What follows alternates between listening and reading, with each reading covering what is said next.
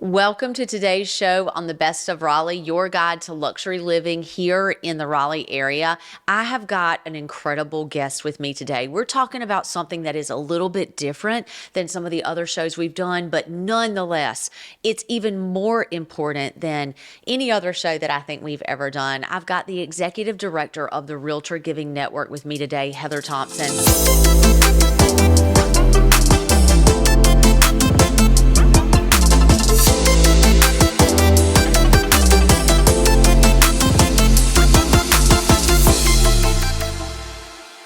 Heather, thank you so much for joining the show. Oh, thank you. I love to talk all things nonprofit. Like the geek in me, kind of like you in real estate, you know your stats. I know my nonprofit business, so I'm excited. I know you do, and I'm excited to chat with you. You know, I'm on the board of the Realtor Giving Network, and that's how we've met. But you came from Rocky Mount. My husband's from Rocky Mount, and we say all roads lead through Rocky Mount in Raleigh. Nash County strong, always. So tell us a little bit about how you land, about your background. Sure. I have always been in the nonprofit space.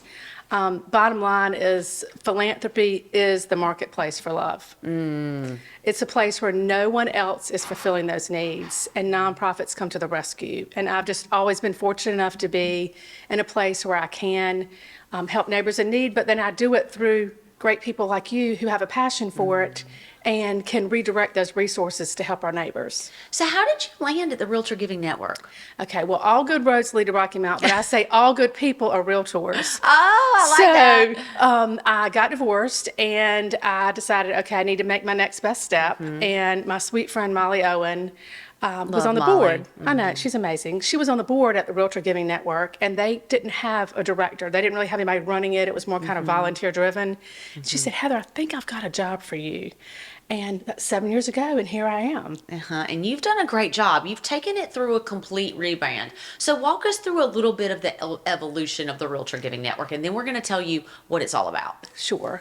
So the Realtor Giving Network really was more volunteer driven. And when I came, we created a board of directors that are influencers in the community, are committed to the network. And then by osmosis, more realtors found out about it. Then they decide, hey, I want to give back, or I want a volunteer experience. And then before you know it, we have grown to over 1,000 donors, giving away $250,000 last year.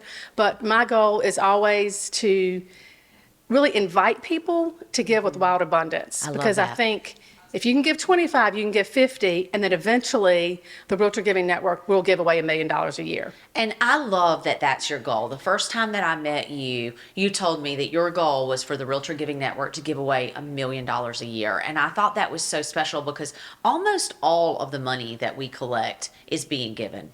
Yes, our ratio of admin to programming is about 85%. Goes right back out to close to 90 to the community. It's a huge, and we're able to do that because the Realtor Association is funding the operational needs, so that's huge. That is a really, really big piece to the success of it, and I'm excited to see it grow. This is my second year on the board. I find that I get a little more pulled in every year, and I love it. Like, I feel like we're making such a difference. So tell us a little bit about what the Realtor Giving Network does. Sure. We really are all about the collective giving power of realtors. There's over 10,000 in the community, and it's almost as if we're an investment arm. So I really do dislike the word nonprofit because that means we're not trying to make a profit, and we are. We're not making a profit for a stockholder. We're making it for somebody transitioning from homelessness to stable housing. So I call it more social entrepreneurship and innovation is what we're doing. And we're really giving local housing nonprofits that funding to go out and do the work that they need to do. We don't need to tell them how to do it. We just need to help them pay the light bill. I think that's an important piece because a lot of times when they're getting grants and funding from the government, they're not allowed to do those types of things with it. Tell me a little bit about that. Sure. So when we give grants away, it is strictly general operating money. We're looking at nonprofits and saying, we want to help you support more of your clients, but we know that you have strapped resources, limited staffing. So when we can funnel them money, we are supercharging their mission, and we're giving them those resources to help more people. I love that. I think that's such an important piece that is often forgotten in the nonprofit space. I like social entrepreneurship way better. You've got a lot of little one-liners, so we're going to get lots of little outtakes from this show. Tell me a little bit about what homelessness looks like in Wake County. Yes. So just this morning, when we left our comfort of home and had a good night's sleep, Eggs. good breakfast. I had 2 boiled eggs too. Just I'm trying to be like Gretchen. And but 1,534 individuals woke up homeless in Wake County. And y'all, we live in a well-resourced community. Yeah, we do. And how is that possible? Yeah. And then other statistics that blow my mind, it really takes about $26 of an hourly wage to be able to afford a mediocre, low-quality living apartment. Yeah. That's amazing. And the other one that just blows my mind is NC State. They're probably My about... son's there. I know. Yeah. They're probably about 14% of NC State students who at some point in time in the history of their college experience are unhoused. Wow. Or have unstable housing. You think, oh, kids move to college and they have a dorm room and they have that space, and it's not always that way. You know, it's the reason that I'm on the board, as you know, some of this story, but I left home at 16 because I lived with a mentally ill mother. I had a little sister, and our lights were always turned off. We were always evicted. So I lived my entire childhood in unstable housing. When I left home at 16, I went and paid rent. I worked in a restaurant in the evenings, and I worked at Burger King in the mornings before school, in the drive-through, and I paid to sleep on a couch. And that's really considered homelessness right now. But to me, it didn't feel that way. I felt like this ambitious, incredible person that came from a really bad situation, but I was going to make the best of it. And I was going to just do it my own way. And I was never going to feel hopeless again, because I remember that feeling of, not knowing where you were going to be and not having money to be able to turn your lights back on. How helpless I felt as a child. And it's one of the drivers in my life that has driven me to work so hard, because I never want to feel helpless. And, I paid my way through college, and by the time I got to college, though, I was a little bit more stable. But to think about my son who's in an apartment, and to think about there are kids that are trying to manage a college life, and they don't know where they're going to sleep, is painful to me. And people explain homelessness to me as a great way that it's almost like, let's say you're going for a walk in Umstead, and it's getting later and later, it's getting darker and darker, and all of a sudden you realize you're lost and your cell phone battery's dead. So at that time, the only thing you're thinking about is, how am I going to make it? I might be stuck in these woods all night, and how am I going to make it out? Yeah. Nothing else matters. Yeah. Looking for that job or whatever else we think of homeless people not doing enough. Well, if you've got to figure out how you're going to make it through the night, that's going to take a toll. And there's so many layers to that, because that's one problem. It's, how are you going to make it through the night? How are you getting back and forth to work? Because we don't have a great public transportation system here. And, if you don't have a vehicle to get from one place to another, or a family member or a friend, that's another layer. It's a huge obstacle. And then if you don't have the ability to go to work, how are you going to get food?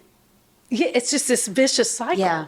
It's a vicious cycle. And I watched my mother live through it. Like, even though she was sick, I watched her live through not knowing how she was going to provide. And now that I'm a mother of 3, I have a 20-year-old and I have twins that are 17. I think back on that often, and I'm like, how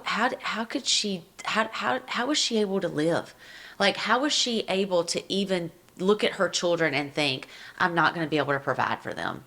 It's a horrible feeling. And I think so much of it too, that what I love about the Realtor Giving Network is that we are giving people hope and dignity. At the end of the day, that really is the only way to be able to make your next best step. It really is. And I love the hope and dignity piece, because I think that's what every human deserves. Yes. Every human.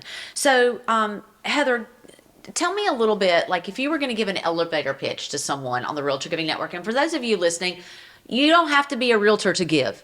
You can give equal opportunity without being a realtor. We are an equal opportunity acceptor of donations. Yes. So we will make sure that there are some links down below. But give us your elevator pitch. Sure.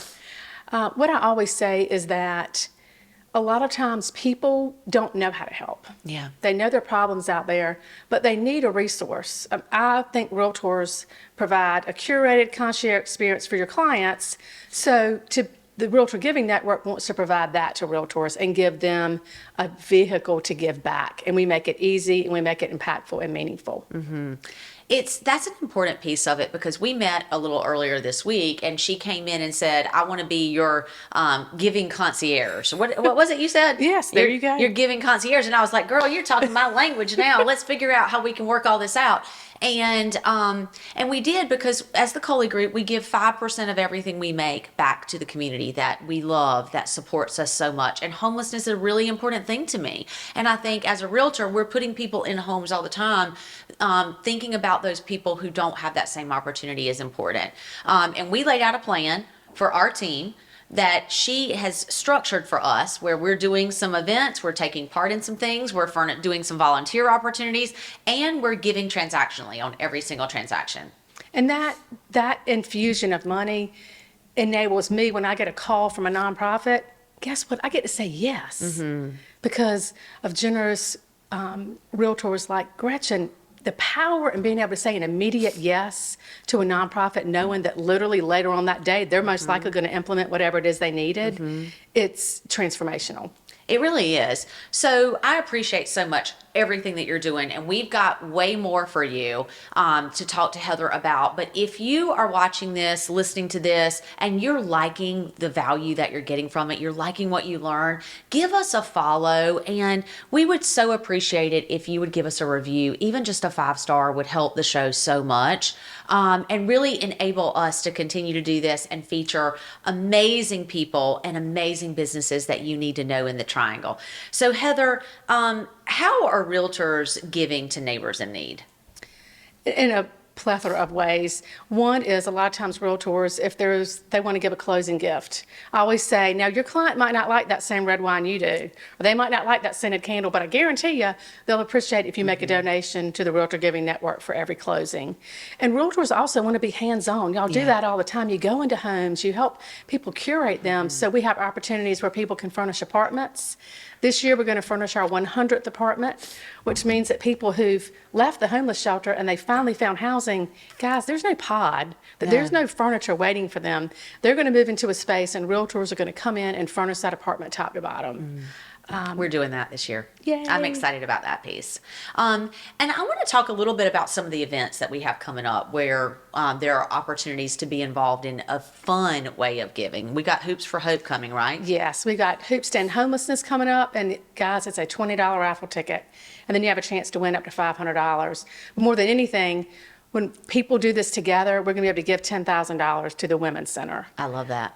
So again, it's just that impactful giving. It's like, yes, everybody on their own can give $10, $25, but what happens when you bring it in a space that we're able to bring out those big checks is really what is the whole powerhouse behind what we're doing. And we also do a giving ceremony once a year. Yes. And last year, I want to talk about where the money went last year. So who all, tell all the listeners who we gave to, and I want to learn a little bit about them. Sure. So last year, realtors all came together, and again, the collective giving power.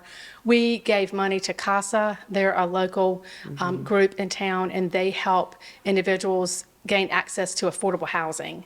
I just talked to the director at CASA today. They have 1,000 people on the waiting list. Wow. And how many apartments do they have? They have units, 4 or 5 units in Raleigh, maybe up to 400 or 500 all around the Triangle. Wow. And it's just so overwhelming to think that there are that many people who need housing. Yeah.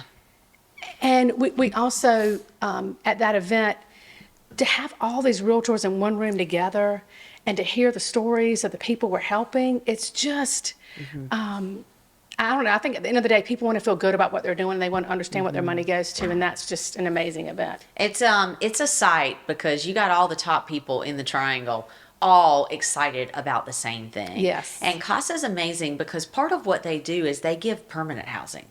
Right? It's not a temporary thing, correct? Well, they can live in these apartments for as long as they want, Yeah. and the rent is pretty much capped. Wow. So they only have to, some people are paying $300 a month. Yeah. We also gave money to Oak City Cares, which is a huge wraparound services facility in downtown Raleigh. So if somebody's homeless, guess what, y'all? They're not getting mail anywhere. Yeah. So their mailbox is there. They can charge their phone. They can take a shower. Just all the things that we don't realize that hygiene-wise. You know, to think that you may have a day or two that you don't know when you're going to get a shower, or when you can wash your clothes.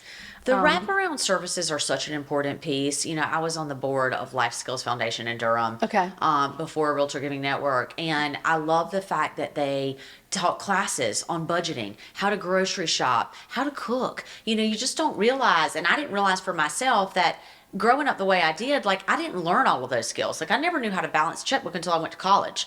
Right. So if you're not doing that journey, how are you getting that information? Because you probably aren't growing up in an environment where they're teaching it. So wraparound services like those classes, being able to shower, being able to charge your phone is hugely important.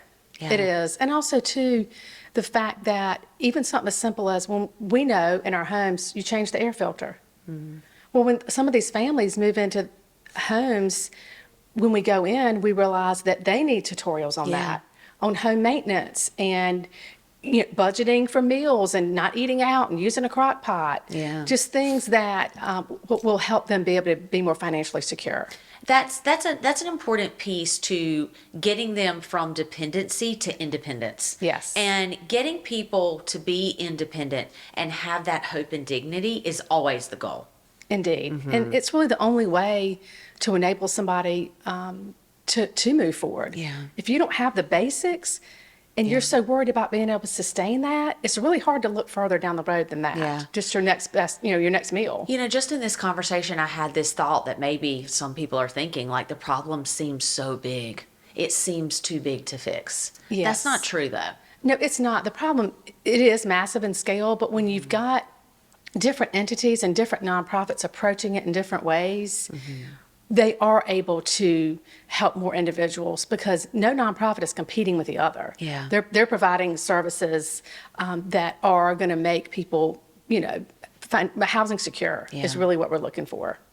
Well, it's been interesting to hear about all of this, and I want to hear, I think it would be very exciting to hear about a family whose life has been transformed by the Realtor Giving Network. Yes. We want to give us some gushy Give us some stuff. little nuts and bolts. So I love this story. So Trishia and Chloe, we found out about them, a mom and daughter, were living in a hotel, which is a lot of where families are living in Raleigh. And then after a while, that $75, $100 a night was just not attainable. They ended up moving into their car, which that just makes me want to cry. But they were able to get services, so they moved into an apartment. Well, I have a bunch of realtors with me. We get there, and there are cardboard boxes for coffee tables. There's, sleeping bags on the floor. After she and Chloe left, she went to work and took her daughter to daycare, and it happened to be that they made it back home before we left. And literally, the look on her face, she didn't even know where to start looking. Because there was a couch, there was artwork on the wall, and she came in, there was a table, and we had set it, with placemats and cute china, and she said, "Oh, that's not going to work." And I was like, "Oh my gosh, what's wrong? I mean, are you worried your daughter might trip?" And she goes, "Well, I can't eat on that." I'm like, "Well, what do you mean?" She's like, "That's decorated. I don't really know what to do with that." It became apparent to me that she had never had sat at a table that was fully equipped. Wow. And I said, "You know what, we're going to do it today. So we're going to sit down and have a meal together." And she was like, "Well, I can't use that cloth napkin." I'm like, "Oh, yes, you can." So I was like, "There's no more paper towels in here." Yeah. So just something as simple as the comforts of a meal in a space, I was just blown away. But they're doing really well now. How old is Chloe? Chloe is probably, this has been a few years ago, she's probably in kindergarten by now. So just, I don't know, I think it's amazing how we just walk out of our houses in the day and we just don't think about it. I tell my children all the time, we live in a bubble. Like, we live in Holly Springs. We live, they go to school here. I think the bubble is a real thing. They don't see it. And oftentimes when you don't see it, it's not there. Perception is reality, right? Oh, yeah. And so it's very easy to ignore a problem and just to kind of shuffle it off and go, you know what, I got my own things I've got to deal with. And we get it, but Giving is so important, and helping people with basic needs is of the utmost importance. And I think you do an incredible job, and I'm so glad to have you on the show today. Thank you so much for coming on. Heather, tell us a little bit about where we can find the Realtor Giving Network. Yes, all kinds of places. www.rargivingnetwork.org. We're also on Facebook, all the socials. That's what my girls, I say, the Facebook, and they're like, Mom, no, it's socials. But yes, we provide a really easy way for realtors to give. I'm happy to go to any sales offices, really, anytime somebody has an event, I would love to go and share the message of how we're helping individuals. And if you're not a realtor and you're interested in this mission, we would love to partner with you as well. So there'll be links in the description below where you can find all of this information. I am proud to be a part of the Realtor Giving Network, proud to be on the board, and proud to be a supporter. So Heather, thank you so much for coming in today. I hope that you've loved this episode. It's something so important and feels so good for the soul when you can help someone change their life. You know, we think Raleigh is a pretty awesome place to live, right? And we hope that you do too. And the whole message of this show is to bring on trusted partners and friends of mine who are people and business owners that you need to know in this market. So we drop a new episode every Friday on Apple, Spotify, and YouTube. You can find us at the Coley Group and the Best of Raleigh. And again, if you are thinking about making a move in the Triangle, the Coley Group is here to assist. We want to be your go-to partner to help make everything smooth for you with your next transition. We look forward to seeing you on the next episode of the Best of Raleigh. We'll see you later.